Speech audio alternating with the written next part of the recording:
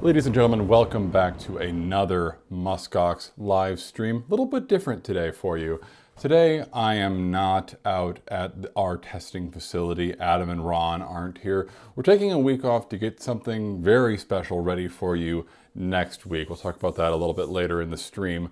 Today, it's all about questions. You know, the question we have at Muskox all the time is, how can we remove snow in the best way as operators and for operators? This whole machine came about because of a real need Adam had to save time and money while doing his HOA accounts.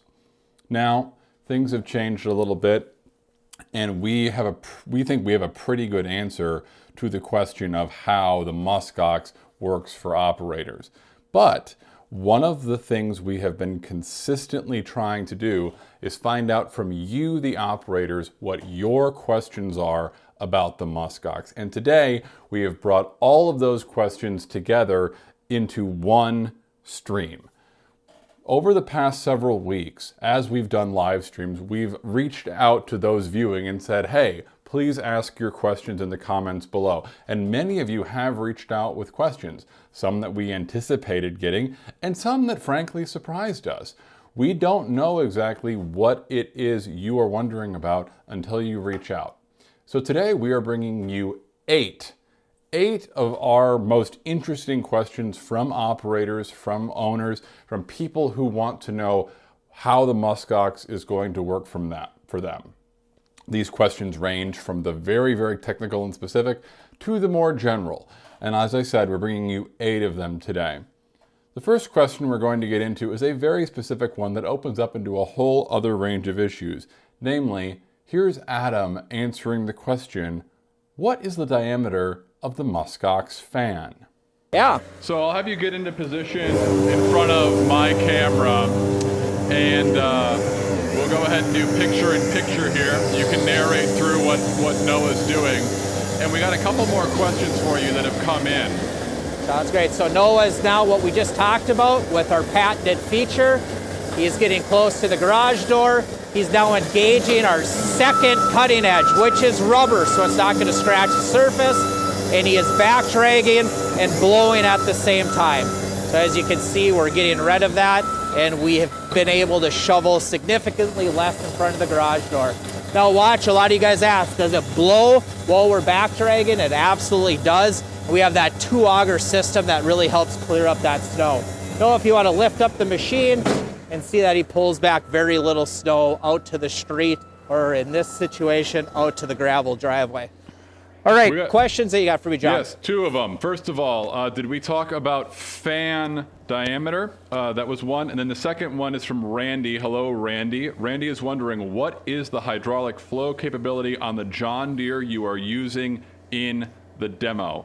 So those are both 2 questions to fan diameter and our John Deere flow capability. So I'll let you answer those on my camera. Thanks. Sounds great. So fan diameter, I believe, is 18 inches that we're running on the fan diameter that we have today. I can get corrected on that, but I believe it's at 18 inches. And the machine that we're running today, great question, Randy, is with the John Deere. We have a high flow John Deere 332G that we got from RDO Equipment, a partner of ours that sells it in 36 locations. And that machine's running at 36 gallons per minute. 41 gallons per minute. Noah, can you repeat that? Let me make sure your mic is up.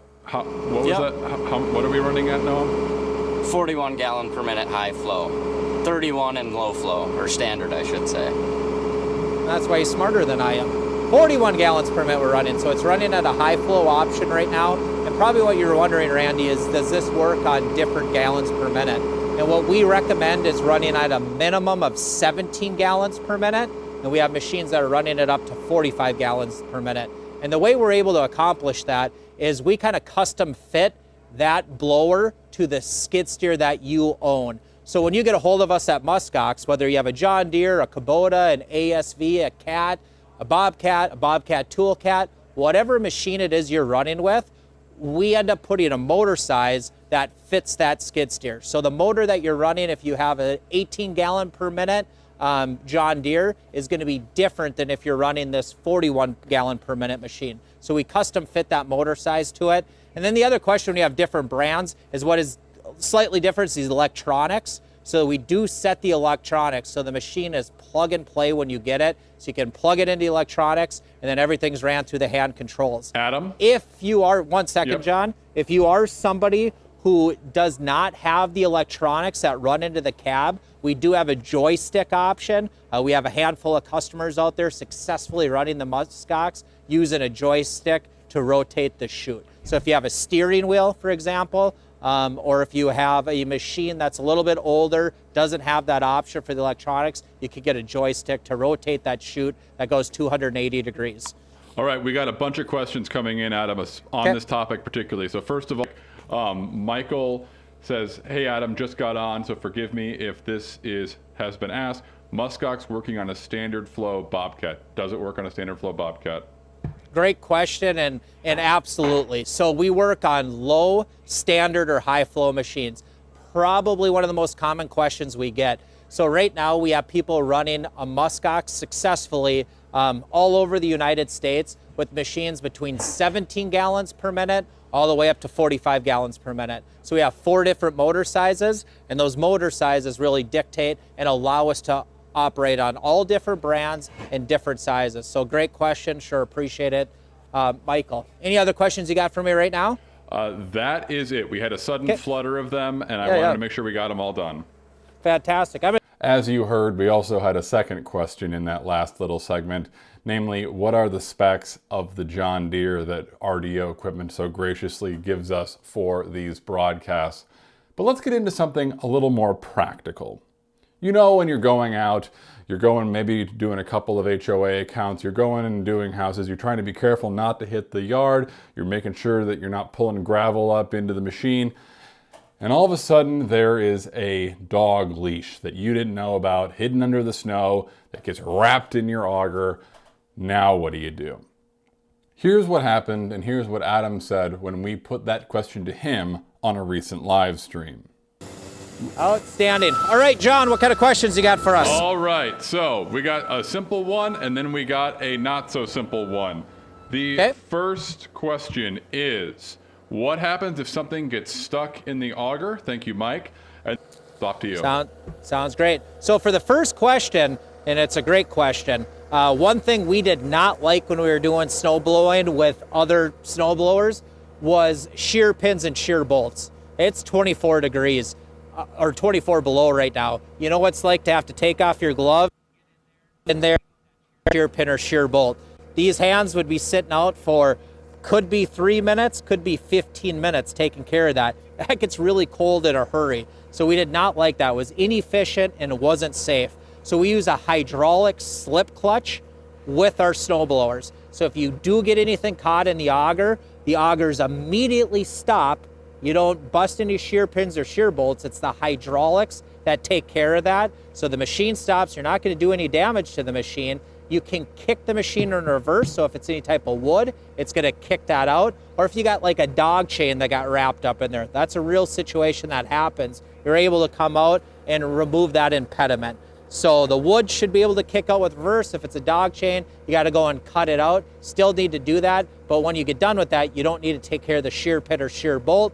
The other thing that it eliminates without having those shear pins or bolts is that when that stops with other machines, and there are quite a few people that use the slip clutch like we do now too, is that your chute doesn't plug up with snow. I used to hate that. I had to replace the shear pin, and then I knew I'd have a chute that would be clogged with snow, and it just took a lot of time to take care of that problem. Sometimes we get a question in the stream that we don't know the answer to.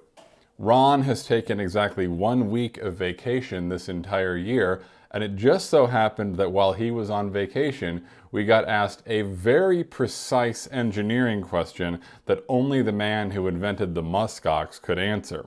I'm going to include that here as a way of telling you about next week's very special live event. Next week, we'll be broadcasting from the manufacturing facility of Muskox in Mentor, Minnesota. What we'll be doing at that time is an engineering special, a behind-the-scenes look at the process, the pieces, the whole package that comes together to give you the Muskox snowblower. We'll see Ron in his natural environment, the place he's always running off to at the end of our live broadcast, and you'll get a look at a few surprises that we think you're really going to like, especially for next season, but that's all I can say right now.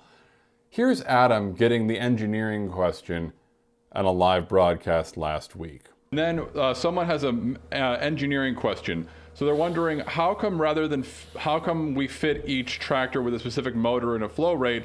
Why don't we use a flow divider to set the flow for each skid steer and tractor unit? So one about what happens if you get stuck in an auger, and then the other question is, why did we choose to go this route rather than using a flow divider? The second question, I don't know the answer to that. I don't know, Noah, if you have any advice on that, or if that's one we want to take offline with our engineer. Yeah, I think that'd be more of a question for Dad, but I was also going to say the reason that the chute doesn't plug when the augers stop is because we have porting in our hydraulic block that's bigger than usual, so then the fan continues to run at full speed and clear out any snow that's in there without stopping it and plugging it. So yeah, absolutely, and that's a great point. So what Noah's talking about is when those augers stop, that fan continues to run until you shut that off and get outside the cab. So that's clearing all the snow that's out the chute. And that second question, I think is probably a great question. We do have an engineer who's my partner on this, Ron. He happens to be gone today. He's enjoying some sun in Florida, well-deserved couple days doing that. But I think that's a great question that we want to take offline, get a better understanding of that, and be able to answer that one correctly, John. Sounds good, Adam. So we will, when Ron gets back, it's of course the 1 week Ron is gone, we get the really interesting engineering question.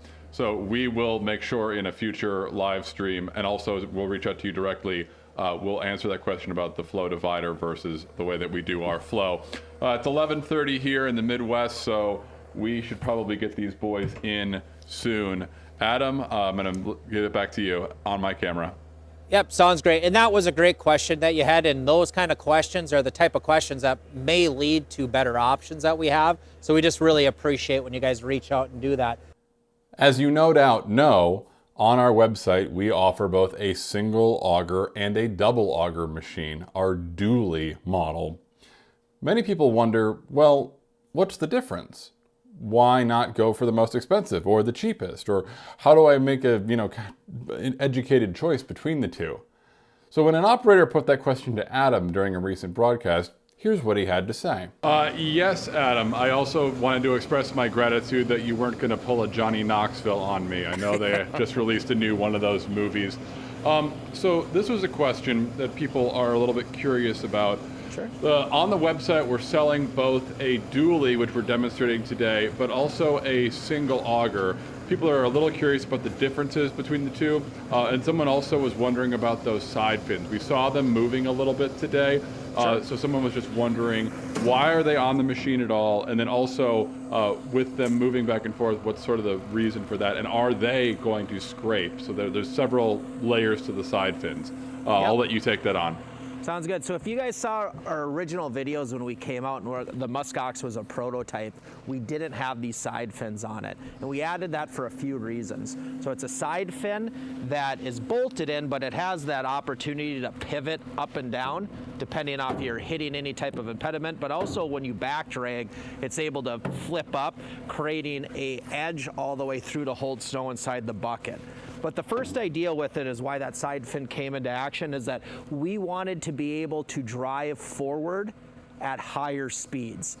And allowing us to do that, we needed side fins so we could hold more of the snow inside the machine when we were moving forward. So those side fins have allowed us to do that. And again, they pivot up and down. They're not in a stationary position, so you're not going to hit a rock and they're going to break or bend. They do pivot up and down.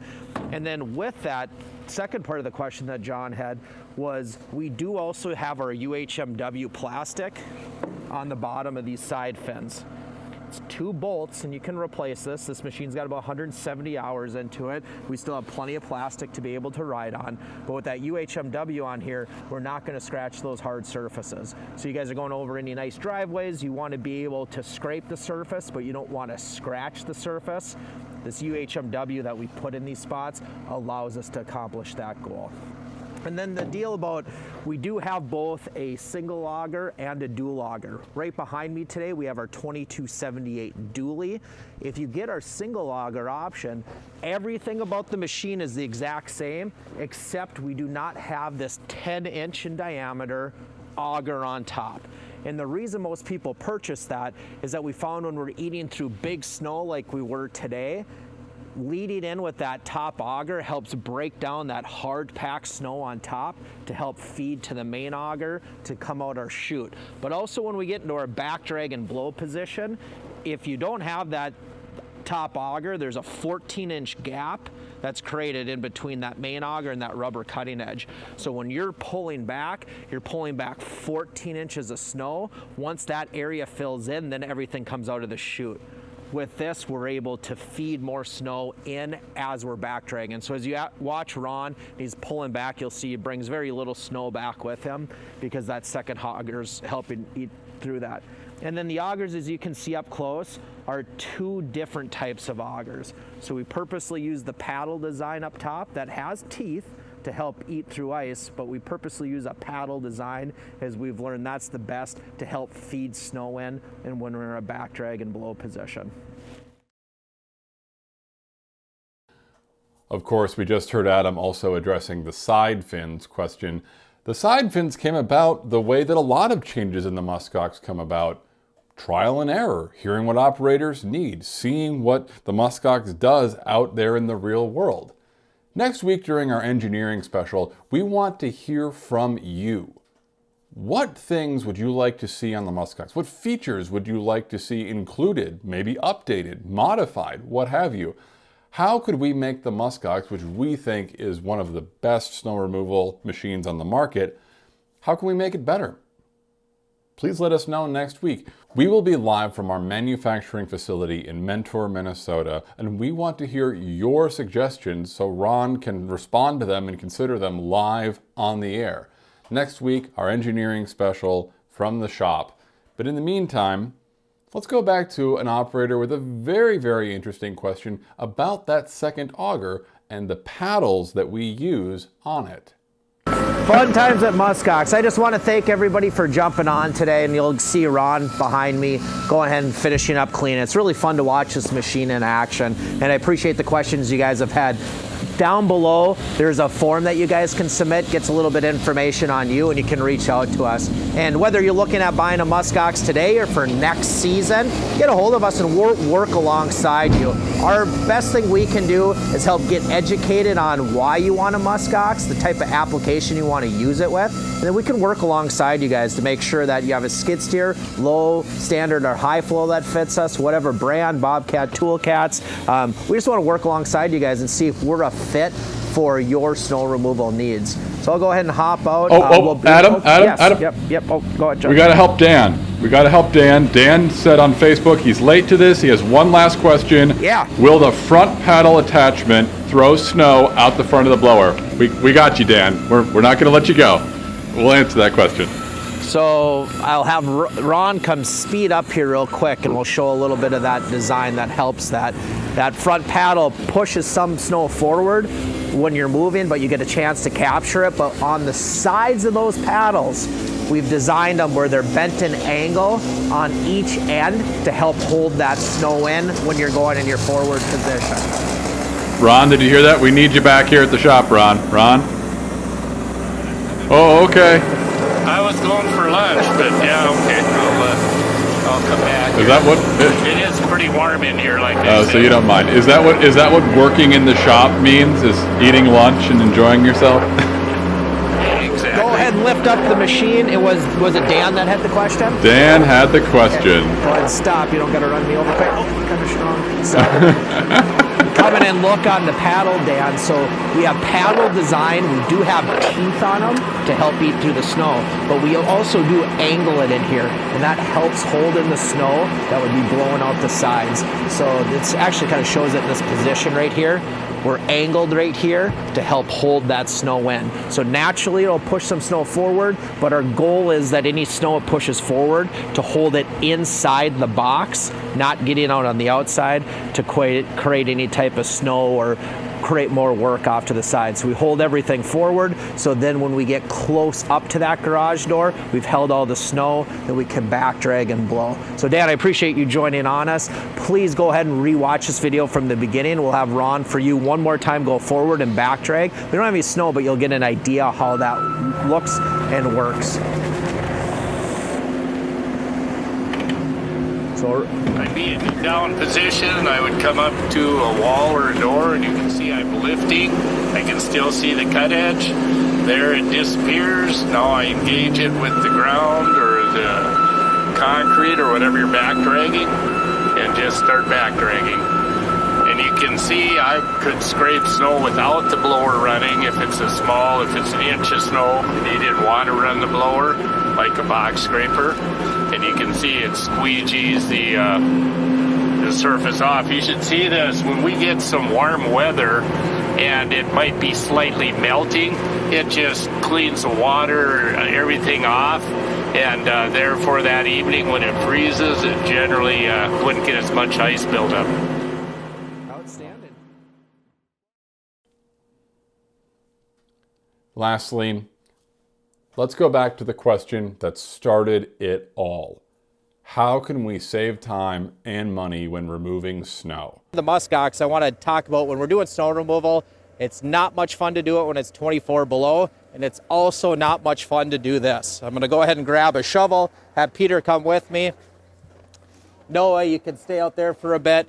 But this is what's not fun when it comes to snow removal. Getting out and have to shoveling the snow in front of a garage door. It's not safe, it's not fun, it's hard to find operators that want to do that, and it's not fun when we're doing it at our personal home. So today we're going to show how we at Muskox have changed the industry a little bit and are starting to eliminate the need for this, the shovel. Noah, why don't you go ahead, pull forward, and show the Muskox in action.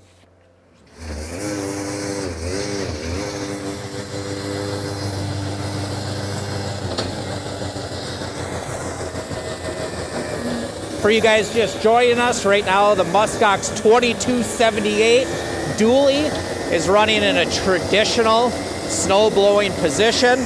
So you guys that have seen our video see we have a few different things. We also do operate in a traditional way where we're moving forward and eating through snow. For eating through snow, that's anywhere from 6 to probably close to 18 inches of compacted snow. Snow is coming up to the wall. He's going to go ahead and rotate the machine, get into our back drag position, which is our patented feature. And now he's backing up, clearing the surface. Watch as snow is going back. Snow is blowing out of the chute. So we do continue to blow snow while we're back dragging. Noah, if you want to go ahead and lift up the machine. Peter, I'll have you come with me. Lift up the machine a little bit. For everybody that's just joining us, thank you. I'm Adam with Muskox Snowblowers. We're live here today in Mentor, Minnesota, roughly 24 below, and we're just showing out the unique features.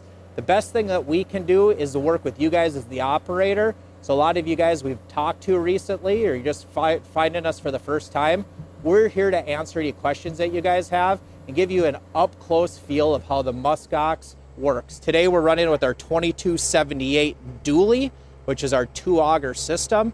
It's our most popular model. It's 78 inches in width. It's been real successful for us. I think we've sold them in roughly 17 states in the United States so far this winter. And what we're here for is to really make it efficient for when you guys are running your operation, to shovel less and to get down to the surface. If you watched a little bit earlier, Noah came up. Peter, we could show off the driveway. He's come through and taken care of the driveway. Now, not only did he blow the traditional position moving forward, but he got into our patented back drag feature, where we're able to back drag, and you can see the surface. We're on scrapes or on stamped concrete right now. We are able to scrape the surface without scratching it, and we're aggressive with our rubber cutting edge, back dragging to allow this to happen. So I'm gonna step out and we're gonna have Noah come up and go one more time for anybody just joining us. And we're gonna run the machine in the traditional position that you guys have seen snowblowers do for a long time. Then you'll get a chance to see it get into a back drag position.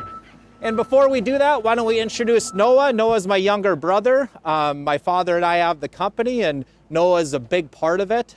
For you guys that have bought machines from us, he's the guy that takes care of setting that machine up and getting it sent out to you. When I say set up the machine, the reason he does that is because we work on all brands of skid steers.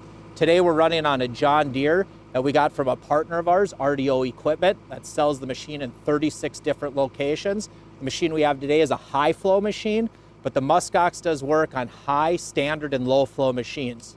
We're able to do that because we have 4 different motor sizes. So when you guys work with us, we kind of custom build the blower for you. So we find out the machine you're gonna run it on, get the right motor size for the most efficient tip speed so you can blow snow as far as you want to. We also work with you to get the right electronics hooked up. So today, again, it's a John Deere, but we work on every brand of skid steer out there. Bobcat Tool Cats, ASVs, Kubotas, Cats, any machine we're currently operating on right now, we get the electronics. And Noah, who you're gonna get a chance to meet right now, is the guy that you end up contacting, reaching out to, and he gets that machine set up for you. Noah, if you want to say hi to everybody before you come forward and hello. Hi, Noah. Yes. Hello, Pete, or John. It's okay. You've got a lot going on. It's good to see you, Noah. Yes, it's good to be here. Right, well, you go ahead and back drag. I'm going to make sure that Adam is standing on his mark for his narration spot. And you go ahead and you do your thing. We'll be watching. Sounds good to me.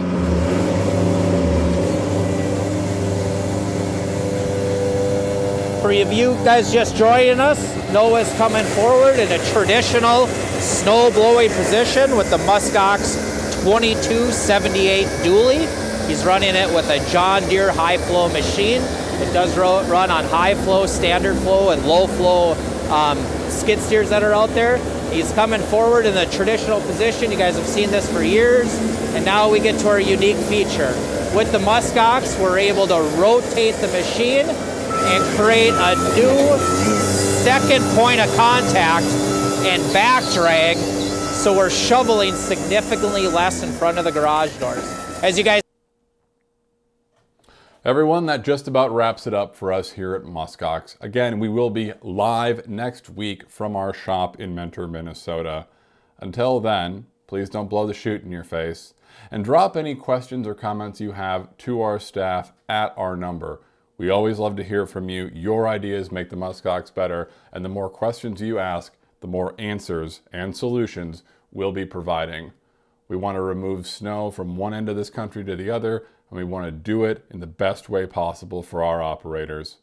My name is John. On behalf of Adam, Ron, Noah, Peter, who's usually behind the camera, and the entire crew at Muskox, we will see you live next week.